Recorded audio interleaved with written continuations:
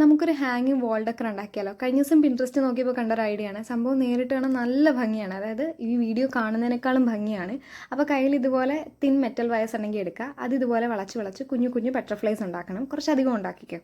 എന്നിട്ട് നമ്മളിത് കളറാക്കി കൊടുക്കുന്നതെന്ന് വെച്ചാൽ നെയിൽ പോളിഷ് വെച്ചിട്ടാണ്. അപ്പം നിങ്ങളുടെ കയ്യിലുള്ള മാക്സിമം പല കളേഴ്സിലുള്ള നെയിൽ പോളിഷ് എടുത്താൽ നല്ല ബ്രൈറ്റ് കളേഴ്സൊക്കെ ഉണ്ടെങ്കിൽ ഒന്നും കൂടി അടിപൊളിയായിരിക്കും. എൻ്റെ കയ്യിൽ അധികം അങ്ങനെ ഇല്ലായിരുന്നു, കാരണം ഞാനങ്ങനെ ഉപയോഗിക്കുന്ന ആളല്ല. വല്ലപ്പോഴും ബ്ലാക്ക് ഒക്കെയാണ് ഞാൻ ഇടുന്നത്. പിന്നെ അമ്മയുടെ കയ്യിൽ നിന്നൊക്കെ ചോദിച്ച്, അമ്മ അങ്ങനെ അധികം യൂസ് ആക്കാറില്ല, എന്നിട്ടും അവിടുന്ന് ഇവിടുന്നൊക്കെ തപ്പിക്കൊണ്ട് പെറുക്കിക്കൊണ്ട് വന്നതാണ് ഞാൻ.